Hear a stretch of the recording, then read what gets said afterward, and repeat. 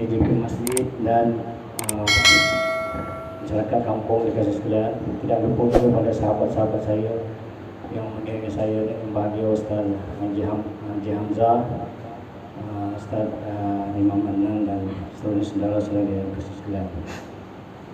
Alhamdulillah, sebagai seorang hamba Allah, marilah kita sama-sama terlebih dahulu memanjatkan setinggi-tinggi bersyukuran kepada Allah Subhanahu wa taala, kerana dengan limpah rahmatnya inayahnya pada malam ini kita dapat berkumpul lagi, walaupun dalam suasana kita masih lagi PKPP. Ramai orang hafal sejak peristiwa ni, orang dah hafal huruf PKPP. Jadi kita masih tertaluk kepada SOP. Apapun tahniah saya ucapkan kepada pengurusan Tuan Imam sendiri pada Masjid Nur Laili, kerana dalam suasana yang macam ni pun kita masih dapat mengadakan majlis-majlis seumpama ini, dan masyarakat kampung ni alhamdulillah mereka dahagakan ilmu. Saya dimaklumkan, dipahamkan masjid ni tak putus-putus kuliah hampir setiap malam, alhamdulillah. Moga-moga kuliah-kuliah yang disampaikan dengan berbagai-bagai bentuk cara daripada asatidzah kita, masyarakat kampung kita makin kurang kejahilannya, ataupun makin bertambah ilmu mereka, dan makin mereka dapat meningkatkan iman, beramal, meyakini segala ilmu yang dipahami itu. Jadi saudara-saudari yang dikasihi sekalian, dalam masa yang singkat ini kebetulan kita masih lagi berada di ambang Ma'al Hijrah. Saya ucapkan selamat menyambut Ma'al Hijrah. Saban tahun Ma'al Hijrah disambut, saban tahun juga kita meraihkannya sebagai umat Islam yang beriman. Cuma malam ini, mari kita, terutama diri saya, kita renung-renung diri kita. Sudah sekian lama hijrah sentiasa silih berganti setiap tahun. Ada di antara kita yang mungkin sudah menyambut hijrah itu lebih 10 tahun, 20 tahun, 30 tahun, mungkin ada yang 50 tahun. Kita renung-renung diri kita, termasuk saya. Adakah setiap perubahan, setiap hijrah yang datang itu memberi kesan dalam diri kita? Atau dengan kata-kata yang lain, adakah hijrah yang datang itu memberi perubahan pada kita? Sudahkah kita memahami kehendak hijrah itu sendiri? Seperti mana yang sering diceritakan oleh para asatidzah kita, mengatakan hijrah ini adalah hijrah Nabi mempertahankan iman. Dan setiap kali datangnya hijrah, adakah kita sudah mempertahankan iman kita seperti mana Rasulullah sallallahu alaihi wasallam? Dan adakah setiap kali datangnya hijrah sudah bertambah ilmu dan keyakinan kita? Kan kita suluh diri kita, terutama saya sebagai umat Islam, biar kita mantapkan ilmu kita dan kita yakin dengan apa yang kita faham, dan menjadi amalan kita, menjadi darah daging kita. Tidaklah nantinya hijrah itu sekadar sejarah. Tidaklah nantinya hijrah itu kalau kita di bangku sekolah sekadar pelajaran di sekolah. Tapi biarlah hijrah itu menjadi darah daging kita. Jadi pada malam ini kita kongsikan bersama dalam masa singkat ini, insya-Allah sampai Isya kan, sampai Isya'nya. Kita renung-renung hati kita. Kalau sejarah hijrah sudah berlalu, sudahkah hijrah hati kita? Sudahkah hijrah hati kita dengan arti kata yang sebenar? Hijrah ini kita berpindah. Kalau dulu mungkin hati itu bersifat buruk, sekarang kita dah bawa dia ke arah kebaikan. Kalau dulu hati itu dia suka bermalas-malas, sekarang mungkin kita sudah bawa kepada kerajinan. Sebab Rasulullah sallallahu alaihi wasallam bersabda, "Inna fil jasadi mudghah, idza salahat salahal jasadu kulluhu, wa idza fasadat jasadu kulluhu." Hadis yang masyhur yang kita tahu. Ya, Rasulullah sallallahu alaihi wasallam sendiri dah berkata, dalam hati kita, dalam diri kita anak Adam ini ada seketul daging yang jika baik ia, baiklah seluruh anggota kita. Jika baik dia, baiklah mata, baiklah telinga, baiklah kaki, baiklah tangan, baiklah lidah, baiklah hati. Seluruhnya akan baik, seluruh panca indera kita. Tapi Rasulullah kata bila buruk ia, buruklah mata, buruklah telinga, buruklah hati, semuanya akan buruk. Persoalan saya, sedarkah kita hati kita dah baik? Tahukah kita hati kita dah baik? Dan lebih-lebih lagi, sedarkah kita, fahamkah kita hati kita sedang diulit oleh mazmumah, sedang dalam keadaan buruk? Sebab itu ulama-ulama mutabar dahulu, terutama Imam Ghazali rahimahullah taala dengan kitab Ihya Ulumuddin-nya, begitu juga Syekh Abdul Samad Falambani dengan kitab Sirus Sadiqin-nya, memecahkan taharah, kebersihan kepada 4 martabat. Ya, yang dia di hujungnya ialah membersihkan hati juga. Tapi sebelum kita nak kenal hati kita, sebelum kita nak selesaikan masalah hati kita, kita tak boleh tidak kena melalui yang zahir. Apa dia? Yang zahir. Makna tubuh yang zahir ini dibersihkan dulu, barulah boleh bawa ke dalam. Dan bila dalam hati dah bersih, maka dia akan dicerminkan oleh anggota zahir. Tapi bila dalam kotor, anggota zahir kita akan mencerminkan kekotoran yang di dalam. Tidak boleh sama sekali kalau kita kata, aku tak semayang tapi hati aku baik. Boleh ke? Aku dedah aurat, hati aku baik. Aku pakai seluar pendek, hati aku baik. Setuju tak setuju? Tak setuju, sebab dia tak semayanglah kerana hati dia tak baik. Dia mendedah auratlah kerana itu lambang hati dia kotor. Sebab kenapa hati kita kotor? Kerana kita tak pernah belajar bagaimana cara membersihkannya. Tetapi hari ini berlaku, kalau wajah kita kotor, wajah tak handsome, tak lawa, ada jerawat, kita sanggup habis ribuan ringgit, betul tak? Nak beli macam-macam jenis kosmetik di pasaran, macam-macam rupa. Bahkan yang jual kosmetik kaya raya, yang miskin kita, sebab kita beli, ya kan? Tapi pernahkah kita memikirkan, sanggupkah kita berkorban wang ringgit, berkorban ribuan ringgit, jutaan ringgit untuk membersihkan hati kita? Tuan-tuan sedar tak? Dengan bersedekah seringgit pun, sedikit demi sedikit, dia berkesan di hati. Tapi berapa ramai kita sanggup tiba-tiba, kalau tabung masjid mungkin kita sanggup bagi. Kita di tepi jalan, ada orang datang minta seringgit, kita tanya soal sasat dia, seringgit kita tak bagi juga, kan? Itu tanda hati kita. Kalau kita betul bersih, soal dia menipu itu urusan dia dengan Allah. Kalau kita pemurah, kita bagi seringgit, tak kisah, kan?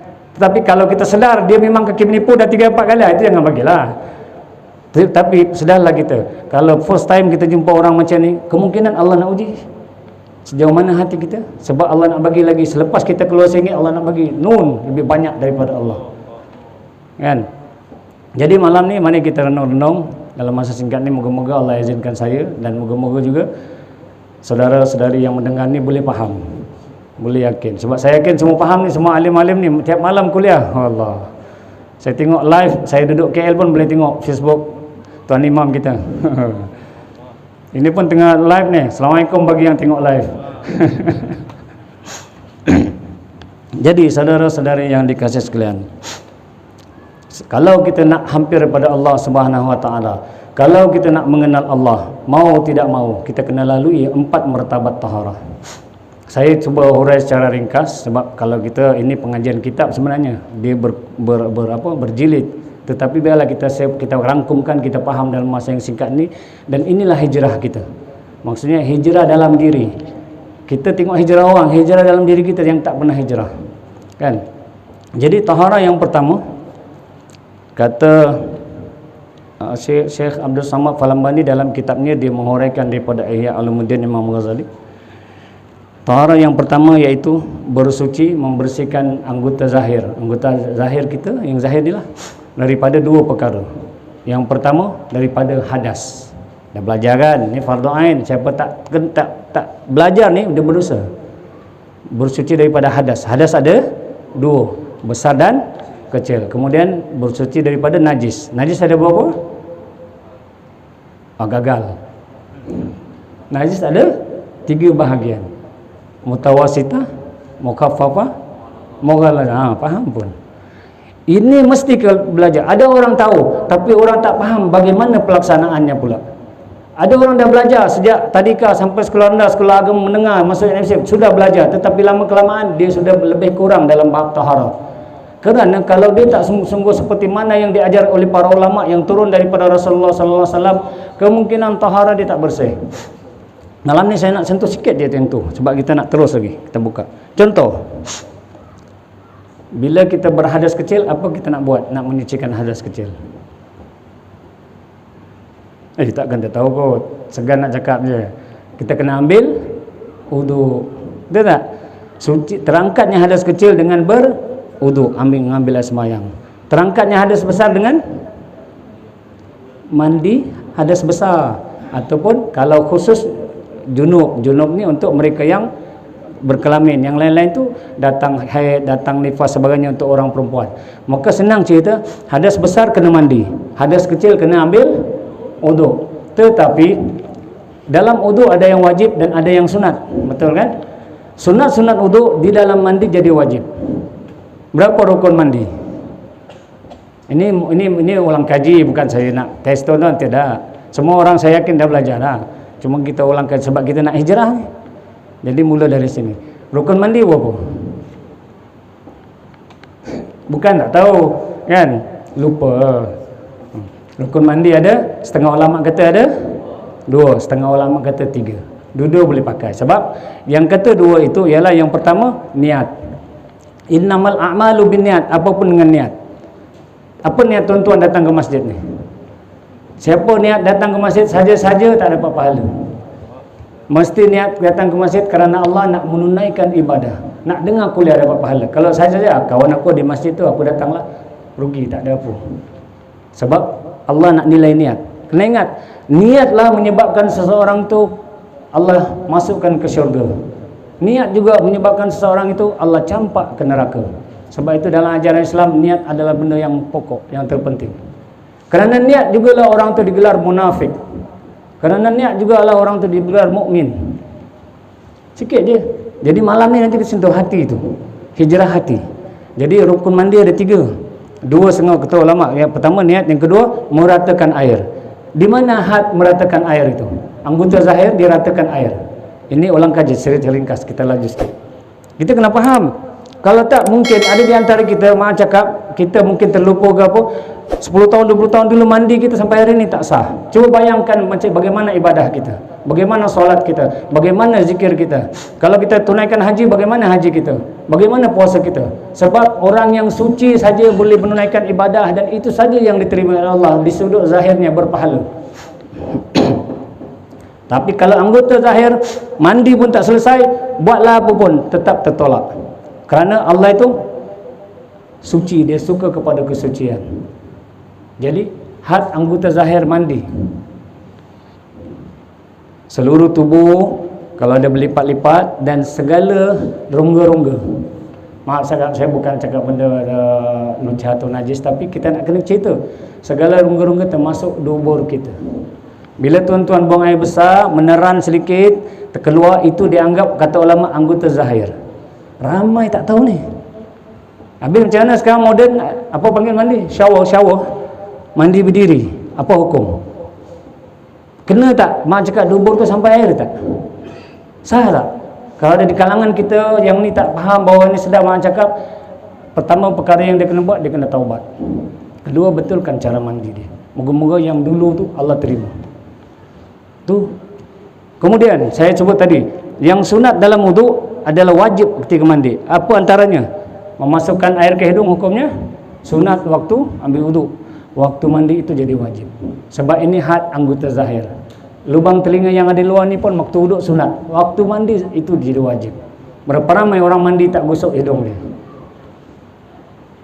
Ini penting ke tak penting? Pentinglah. Sebab dengan ini kita gagal semuanya. Menyebabkan di akhirat Allah campak kita ke neraka. Tuhan, aku dah semayang, aku dah buat. Betul kata Tuhan, tapi engkau tak laksanakan bersuci. Sayyidina Muaz bin Jabal, sahabat Rasulullah yang dijamin syurga pun, kerana dia tidak begitu cermat, tak sengaja terpercik najis kencing pada kakinya, dia pun diazab di alam barzah, hitam kaki kena api. Itu sahabat Nabi. Kita sahabat siapa? Sahabat saya kan? Jadi benda ni penting. Ini tingkatan pertama. Saya tak ulas yang banyak. Tahara pertama membersihkan anggota. Maknanya bersih daripada hadas besar, hadas kecil, dan segala najis. Najis kalau saya urai lagi tak habis. Sebab ada najis ringan, pertengahan, dan mughallaza. Mughallaza ni pun ramai tak faham macam mana nak samak, dan apa tu seteru, seteru, saya istilah tu. Tapi itu insya-Allah akan datang. Jadi itu martabat yang pertama kita kena ingat. Barang siapa nak hijrah kena lepas taharahnya. Aku bertaubatlah Tuhan, aku bertaubat. Okey, kita taubat, taharah dah betulkan. Tak betulkan, wajib menuntut ilmu. Siapa tak menuntut ilmu, jahil dalam fardu ain, ulama kata dosanya seperti hujan turun setiap hari. Cuba bayang hujan turun. Bumi tak ada mana bumi yang tak basah. Begitulah dosa orang yang jahil. Sebab itu al-jahilu aduwwullah. Orang jahil itu musuh Allah. Kenapa? Kerana orang jahil lah yang sentiasa melanggar segala hukum Allah. Sebab itu pentingnya ada ilmu. Kan? Itu martabat tahara yang pertama. Martabat tahara yang kedua, hendaklah kita mensucikan ataupun membersihkan ataupun mengelakkan, macam-macam bahasa saya guna supaya kita faham, mengelakkan anggota zahir kita dari berbuat dosa, mengelakkan 7 panca indera kita dari berbuat maksiat. Apa 7 panca indera? 7 anggota zahir. Yang ini Allah akan hisap di akhirat. Apa dia? Pertama, mata. Agak-agak mata kita satu hari ni tak berdosa tak? Allah. Kalau ada, syukurlah. Kita orang laki-laki tahu tak? Kan? Pada kita lihat aurat perempuan berdosa kan? Hari ni ada tak kita tak tengok? Kita tak keluar rumah, PKP takut kena COVID. Handphone kita dia seluruh dunia. Sama juga. Kita merantau seluruh dunia melalui handphone je. Agak-agak apa dalam handphone tu? Allah. Kalau Allah nak hisab tuan-tuan, kalau Allah buka besok amal catatan mata kita saja, tak larat kita. Saya selingan. Di akhirat besok Allah perintahkan malaikat memanggil seorang hamba Allah yang umurnya 500 tahun. Dia ni 500 tahun. Mana kalau 500 tahun confirm bukan zaman kita. Zaman Umar Rasulullah kita tak sampai 500. Ini nabi-nabi sebelum tu. Bila dia ditanya oleh Allah, wahai hambaku, bagaimana keadaanmu di dunia? Dia pun jawab, ya Tuhanku, sungguhnya engkau telah memberikan nikmat kepadaku sehingga panjang umurku dan aku dapat beribadah selama 500 tahun. Waktu kau beribadah, bagaimana keadaanmu? Allah tanya dia kan. Dia 500 tahun umur duduk sebuah pulau. Pulau yang kecil hanya dia seorang dia. Okey? Dan dengan maha kuasanya Allah, maha pemurahnya Allah, Allah tumbuhkan sepohon delima. Delima itu pula dia berbuah tak ikut musim. Setiap hari, setiap tahun ada buah. Buah delima ni setengah-setengah orang yang jual jus delima, dia kata apa? Ini buah syurga.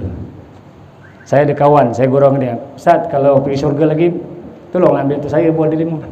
Buah syurga? Tapi betul lah cakap dia tu. Buah delima asalnya syurga, tapi Allah tumbuhkan kat pulau tu, maka dia ni hamba Allah, dia beribadah selama 500 tahun, setiap hari dia makan sebiji apple tanpa diganggu oleh orang, panjang umur dia. Dan Allah alirkan sebatang mata air untuk air minuman dia. Pulau itu dikelilingi laut yang masin. Maka bila dia cerita, aku berdapat dengan nikmat ya Allah, aku dapat beribadah 500 tahun. Makan apple, makan buah delima dan makan minum air tu. Maka kata Allah, wahai hambaku, betul lah kata engkau, maka masuklah engkau ke syurgaku dengan rahmatku. Bila Allah sebut dengan rahmatku, tiba-tiba dia, tidak ya Allah, aku tak nak masuk ke syurgamu dengan rahmatmu. Besar kepala. Habis kau nak apa? Kata Allah, masukkanlah aku ke syurgamu dengan amalku 500 tahun. Ini berlaku dalam kitab Kashful Ghaibiyah, ditulis oleh ulama. Ini bukan hikayat kosong. Jadi baiklah, kalau kau nak dengan amalmu, okey.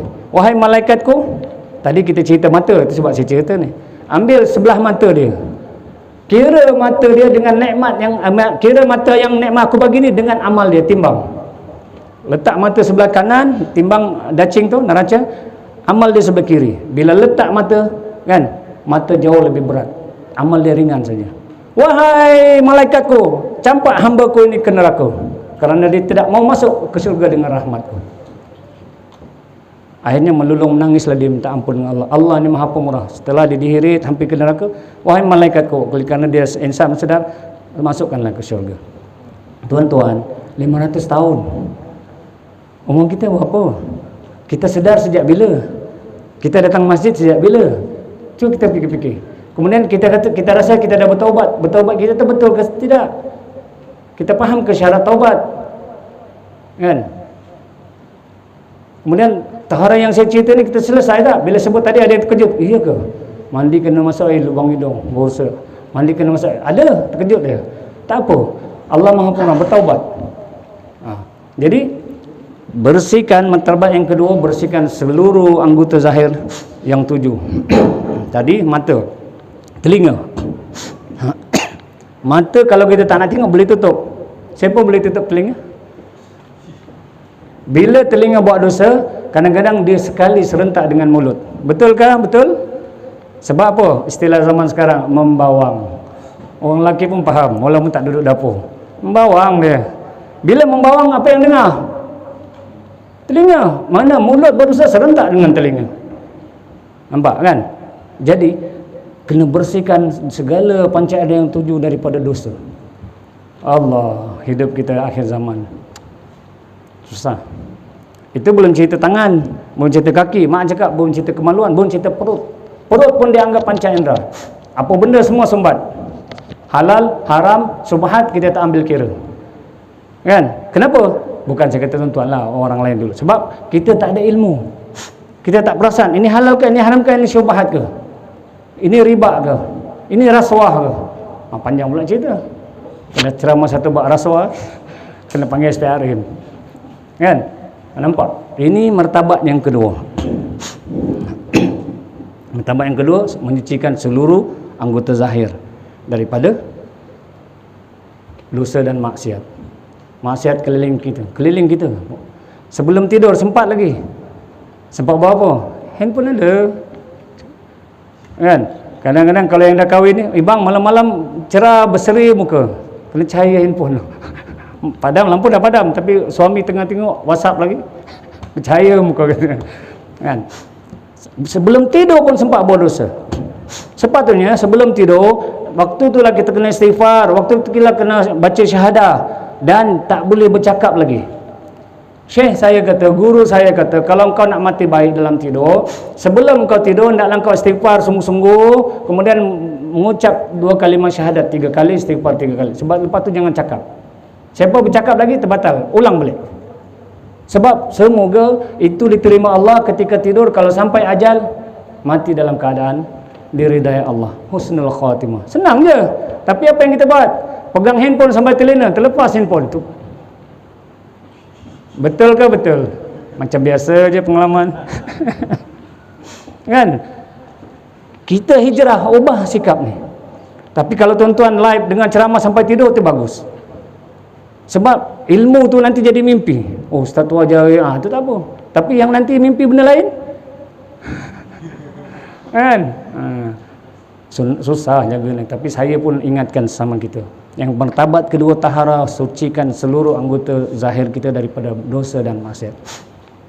Itulah, saya tu maksudnya orang awam. Yang ketiga, saya buat ringkas. Sucikan, inilah mula berat ni. Yang tadi pun tak ni, yang ni. Sucikan hati kita. Hati, fuad, yang dalam tu. Kalau ulama kata, jantung hati. Jantung hati ni masing-masing sebesar penumbuk masing-masing. Saya kecil macam ni lah.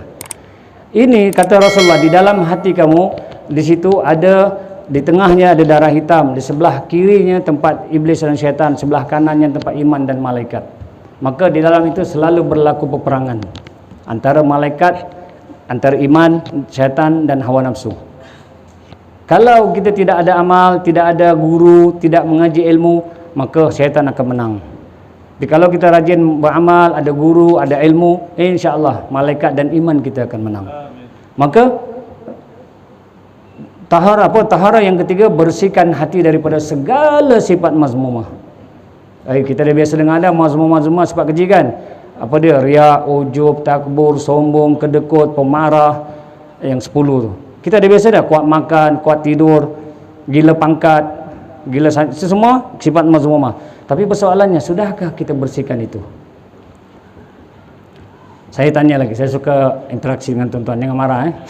Apa hukum memiliki sifat mazmumah? Apa hukum? Kedekut tu, apa hukum ada kedekut? Apa hukum riak? Semayang beribadah je riak. Apa hukum ujub? Apa hukum sum'ah? Apa hukum kita pemarah? Tentulah sekali hukumnya haram dan berdosa. Sebab itu sifat yang Allah murka. Siapa memiliki sifat mazmumah, dia dalam kemurkaan Allah. Takbur, Sifat sombong tak layak bagi kita hamba Allah. Kita lemah, kita lalai, kita hina di sisi Allah. Takbur dan sombong adalah selendang Allah. Hanya Allah yang layak, kita tidak sama sekali. Kerana apa? Kerana innallaha la ghaniyun 'anil alamin. Kekayaan Allah itu sehingga dia tidak memerlukan makhluk dan alam. Maka patutlah Allah itu takbur dan sombong. Tetapi manusia baru kaya sikit dah takbur dan sombong. Saya nak cerita sikit. Sepatutnya kita tak takbur dan sombong kalau kita kaya. Seorang yang kaya, pertama dia perlukan driver. Betul tak? Betul kan? Untunglah kita dapat kerja jadi driver. Yang kedua, dia perlukan tukang kebun. Siapa minat berkebun, mintalah kerja. Dia bagi gaji tinggi. Betul tak? Lepas tu dia perlukan pengasuh di rumah. Dia perlukan pembantu rumah dan sebagainya. Itulah kaya manusia. Tetapi kalau serentak driver, tukang kebun, pengasuh, pembantu rumah tak datang kerja, apa jadi? Huru-hara rumah tu. Maka artinya kita miskin. Miskinnya manusia kerana memerlukan bantuan orang lain. Walaupun ada harta, duit banyak pun kalau orang tak tolong kau tak ke mana. Bangla besar engkau kalau tak ada tukang rumah tak akan kau duduk rumah bangla besar. Tetapi Allah tidak memerlukan pertolongan sesiapa. Maka itulah Allah maha kaya. Dia takbur dan sombong pun layak bagi dia. Kita tidak. Baju yang cantik kita pakai orang jahit, kan? Kalau tukang jahit tak jual kita, boleh belagak. Nampak? Lemahnya kita, hinanya kita di sisi Allah. Tapi kita banyak manusia tak sedar. Dan setengah-setengah manusia, maaf saya sebut, kalau speaker di luar dengar ni, setengah orang dia tidak akan insaf, tidak akan sedar, sekadar mendengar ceramah di TV radio, tak insaf dia. Walau bagaimana hebat penceramah tu, sekali dia datang stadium penuh pun dia tak insaf. Kalau ada lawak dia suka. Begitu manusia. Kalau kat TV kan dia tukar channel. Betul ke? Betul. Jadi dengan sebab manusia tak insaf, Allah datangkan ujian. Baru dia insaf. Tiba-tiba dia jatuh sakit, tiba-tiba dia jatuh miskin. Baru dia sesekali mulut dia terpacar, Allah aku susah, Allah aku sakit. Tapi dia tak sedar lagi. Itu Allah datangkan supaya dia sedar, supaya dia taubat. Sebab Allah suka pada rintihan-rintihan hamba-Nya. Allah suka pada hati-hati yang hancur, merintih, memohon ampun dengan Allah. Tapi kalau makin kaya raya, makin sombong, maka dia sedang berada dalam kemurkaan Allah. Kalau waktu dengan kaya raya yang dia bergelumang dengan harta dia, bila mati, tak sempat mengucap, tak sempat bertaubat, confirm neraka. Jadi mana lebih baik? Orang yang miskin susah tapi sedar hakikat diri dia dan sedar dia adalah hamba Allah, daripada orang yang kaya raya tapi dia lupa segala-galanya. Tapi di sisi Allah orang kaya yang dermawan pun lebih baik juga. Tapi jarang-jarang kata orang ni. Kadang-kadang. Kan itu martabat yang ketiga, bersihkan hati daripada segala sifat mazmumah. Tapi kita tidak akan dapat bersihkan hati kalau kita tidak ada syekh, tidak ada guru, tidak ada pemimpin. Macam mana nak bersihkan hati? Tahu? Siapa tahu? Tidak ada orang pimpin kita, kita tak akan tahu bersihkan hati. Minum klorok, gol terus. Ada? Setengah-setengah mereka yang tidak beriman, bukan Islam, minum klorok mati. Kita tidak begitu. Maka membersihkan hati hendaklah dengan orang yang faham, yang arif tentang hati. Siapa yang arif tentang hati? Tentulah mereka-mereka yang mereka juga telah mengenal Allah dan mengenal hati mereka. Para-para masyayikh, para-para syekh, para-para wali Allah. Mereka lah yang berjaya membersihkan hati. Orang awam macam kita, termasuk saya, belum lagi. Kenapa? Bukti tak bersih hati. Saya bagi satu bukti. Ada di antara kita 10 tahun solat, 20 tahun solat, 30 tahun solat. Solat itu bukan saya larang solat, teruslah kan. Tapi 30 tahun solat masih tak ada rasa kasih dan cinta pada Allah. Semayang datang masjid rutin saja, tidak pasang niat pun. Saya dah cakap tadi, siapa datang masjid tanpa niat, sia-sia. Setiap hari kena ada niat, sebab ibadah akan diterima dengan niat. Dah rutin, setiap maghrib datanglah masjid. Rutin, dia biasa, tak ada niat. Jaga-jaga tuan-tuan, sia-sia amal kita, kena niat. 30 tahun semayang tak kasih dan tak sayang Allah pun. Bahkan dah 30 tahun solat tak pernah khusyuk pun. Oh, ustaz ni sebut pula apa tu khusyuk. Pening lagi pula. Benda-benda ni semua kita kena hijrah, kena belajar, kena betul, kena tekun. Selagi kita hidup, selagi itulah kita kena berhijrah. Maknanya selagi kita hidup, selagi itulah kita kena berjuang, kita kena mujahadah membersihkan 4 martabat bersuci ni. Inilah perjuangan hidup kita sampai akhirat, sampai kita last kali nazak. Selagi itu tidak tak boleh bersenang-lenang. Sebab kalau kita tak berjuangkan taharah sampai ke akhir hayat, kita masih dalam keadaan kotor, tak bersih. Martabat keempat lagi berat. Martabat keempat, martabat para wali-wali dan rasul. Nabi-nabi dan rasul, para wali-wali. Yaitu hatinya tidak masyghul dengan dunia. Masyghul maksudnya hatinya tidak disibukkan dengan dunia. Bahkan hati mereka hanya mengingati Allah saja. Penuh karam mereka dengan zikrullah.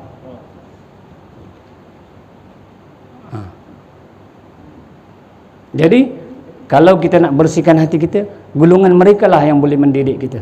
Mereka yang tidak diolit hatinya oleh dunia, tidak sibuk dengan dunia, bahkan mereka tenggelam dalam mengingati Allah, dalam zikrullah. Mereka lah yang digelar guru-guru mursyid. Akhir zaman tak jumpa dah. Bukan tak ada, ada, susah nak jumpa. Guru-guru mursyid tak ada, susah. Tapi barang siapa yang Allah izinkan bertemu guru mursyid, untunglah dia. Itulah nikmat paling besar dalam hidup dia. Sebab guru mursyid boleh mendidik dia, memimpin dia sampai akhir hayat. Tuan-tuan tahu tak, bila kita nazak besok, bila kita nak meninggal, lidah kita tegak ke atas, dikeras, menyebabkan kita tak boleh mengucap, tak boleh sebut asyhadu alla ilaha illallah, tak boleh sebut dah. Lidah dah keras. Kenapa? Kerana semasa kita sihat hidup, lidah kita tidak sering menyebut Allah. Takkan masa nazak yang penuh dengan kesakitan boleh sebut.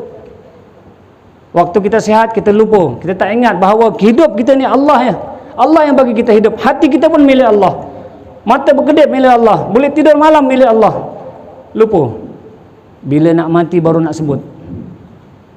Jadi kena belajar, latih hati menyebut, lidah menyebut. Waktu sekarang, waktu sihat. Waktu mati tak ada dah. Ini 4 taharah. Faham secara ringkas? Kena bersihkan hati kita. Kerana kalau kita tidak perjuangkan ini, kita akan bagi 1001 alasan dalam hidup kita untuk kita tidak memperjuangkan 4 jenis taharah itu. Tapi di akhirat ingat, di dunia kita boleh buat alasan, di akhirat tidak ada alasan di hadapan Allah. Ketika di padang mahsyar, Allah panggil malaikat, wahai malaikatku, kau kumpulkan semua jutawan-jutawan, raja-raja di dunia itu, bawa mereka semua menghadap aku, kata Allah. Maka malaikat pun terketar-ketar, malaikat yang bertugas pun terketar-ketar, bawa, kumpul, sebab Allah sedang murka. Lalu Allah tanya, wahai semua hamba-hambaku, apakah keadaan kamu waktu di dunia? Wahai Tuhan kami sembahkan kepadamu, kami di dunia dulu kami kaya raya, kami raja, kami pemerintah, kami sultan, kami ada kilang banyak, kami kaya lah, jutawan. Lalu Allah tanya lagi, kenapakah kamu tidak, apakah alasan kamu, kenapa kamu tidak menyembahku? Kenapa kamu tidak beribadat kepada kamu? Kenapa kamu tidak berzikir mengingatiku?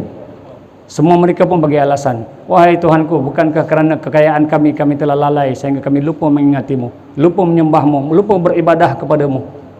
Maka Allah tempelak semua ni. Allah tanya, wahai semua hamba-Ku, siapa lebih kaya antara kamu dengan Nabi Allah Sulaiman dan Nabi Daud? Raja mana paling kaya di dunia daripada Nabi Sulaiman? Nabi Sulaiman ketika dia melawat rakyatnya, dia naik atas awan, duduk atas tu, jin bawa dia tengok kampung, dilawat. Dia memerintah angin, memerintah daratan, memerintah lautan, memerintah binatang dan manusia, bahkan gulungan jin. Kalau dia nak mutiara dalam laut, suruh jin menyelam, ambil mutiara. Begitu kayanya Nabi Sulaiman, tetapi sedetik hatinya tak pernah lalai daripada mengingati Allah. Kita belum kaya pun, kalau dapat duit sikit ujung bulan dapat, kalau yang gaji 4,000 5,000 lupa. Dapat dia banyak, fikiran habis, macam mana nak habiskan duit 5,000. Dah habis fikir pula kerja. Itulah kita, termasuk saya lah yang cakap ni. Di akhirat Allah tempelak ni. Kemudian Allah panggil lagi malaikat, wahai malaikatku, engkau panggil hamba-hambaku yang berwajah jelita, yang rupawan, yang handsome, yang tegap, yang baldi-balda, bawa menghadap aku. Malaikat terketar-ketar bawa, wahai Tuhanku, inilah mereka semua.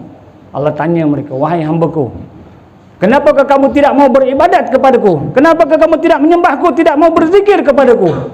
Maka kata mereka, wahai Tuhan kami, Engkau telah menjadikan kami lawa, jadi ratu cantik, kan? Jadi apa nama tu? Bina badan yang seluar dalamnya. Sado, handsome, pelakon, artis contoh, kan? Menyebabkan kami lalai dari mengingatimu ya Allah. Kami tak ingat Engkau, kami tak semayang, kami tak ibadah. Kan? Maka Allah tempelak mereka, wahai semua hambaku, siapakah lebih cantik antara kamu dengan Nabiku Yusuf alaihissalam? Nabi Yusuf, perempuan putus jari, tengok keindahan wajahnya, potong buah tetapi terpotong jari. Zaman kita ada kita handsome tu, alah. Kan? Jadi ini tidak boleh alasan di akhirat. Di akhirat dengan Allah tak ada alasan. Kau jadikan kami handsome ya Allah sampai kami leka lalai, tak ada. Nabi Allah Yusuf, seorang yang lawa cantik di zamannya, sampai putus jari perempuan, tengok dia, sedetik dia tak pernah lupa Allah. Allah tanya lagi malaikat, wahai malaikatku, kau bawa mereka-mereka yang di dunia aku uji dengan kesakitan, dengan kesusahan. Malaikat terketa-keta bawa, wahai Tuhanku, inilah mereka semua ni. Maka Allah tanya mereka, wahai semua hambaku, kenapakah kamu tidak mengingatiku, tidak beribadah kepadaku, tidak berzikir kepadaku?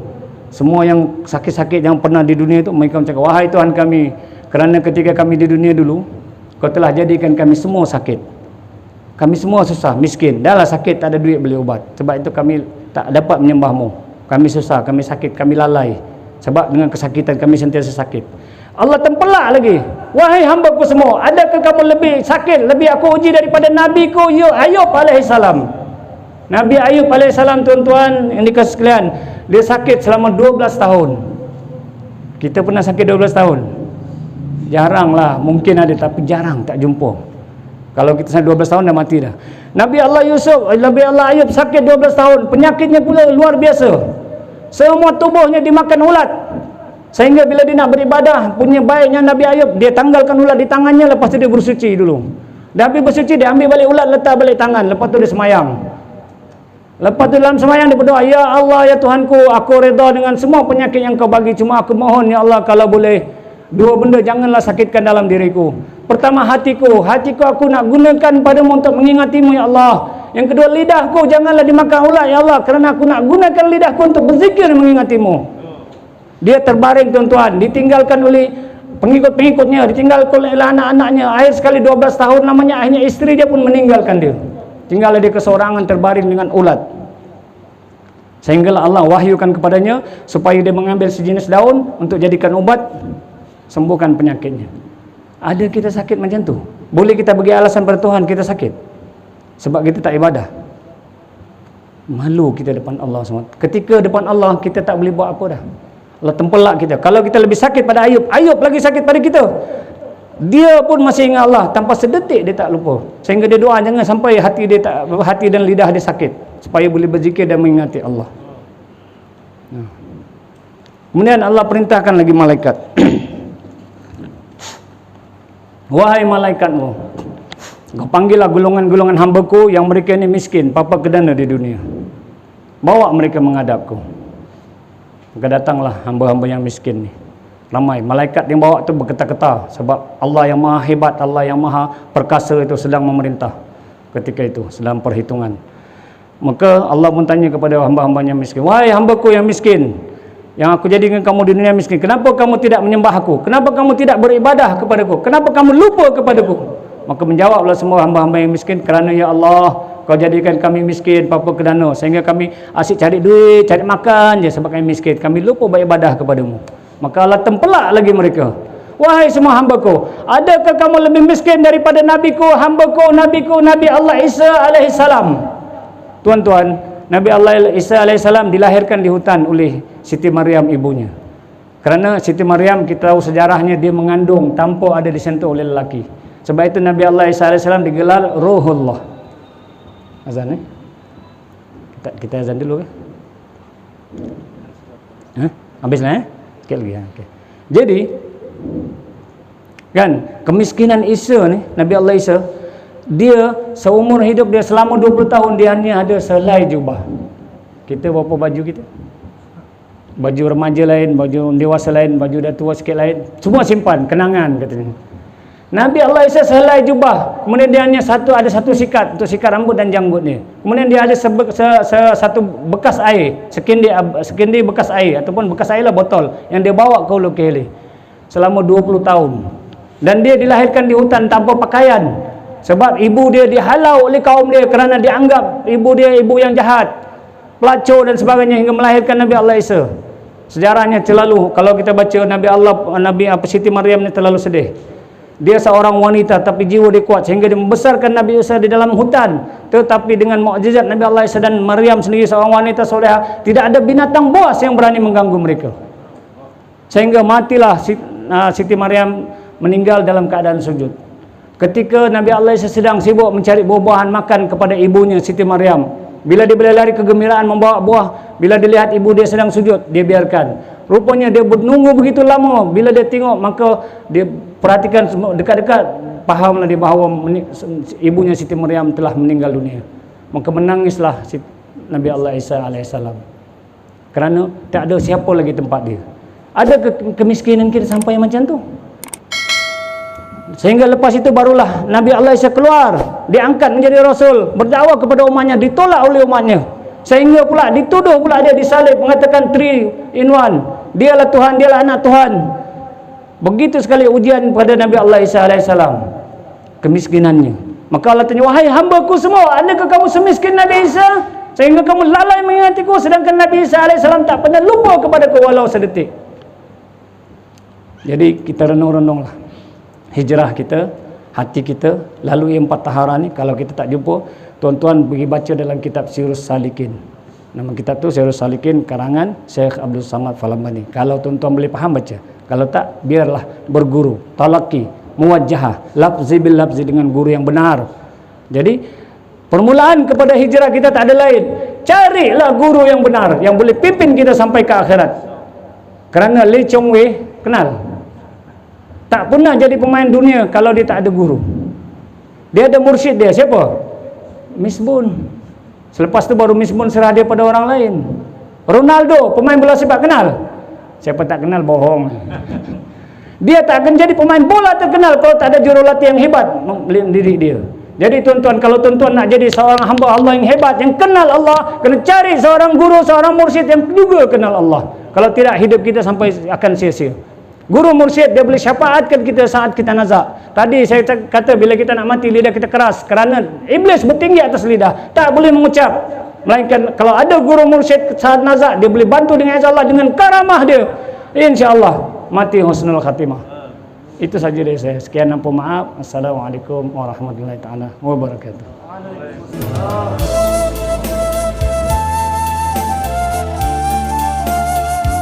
Masih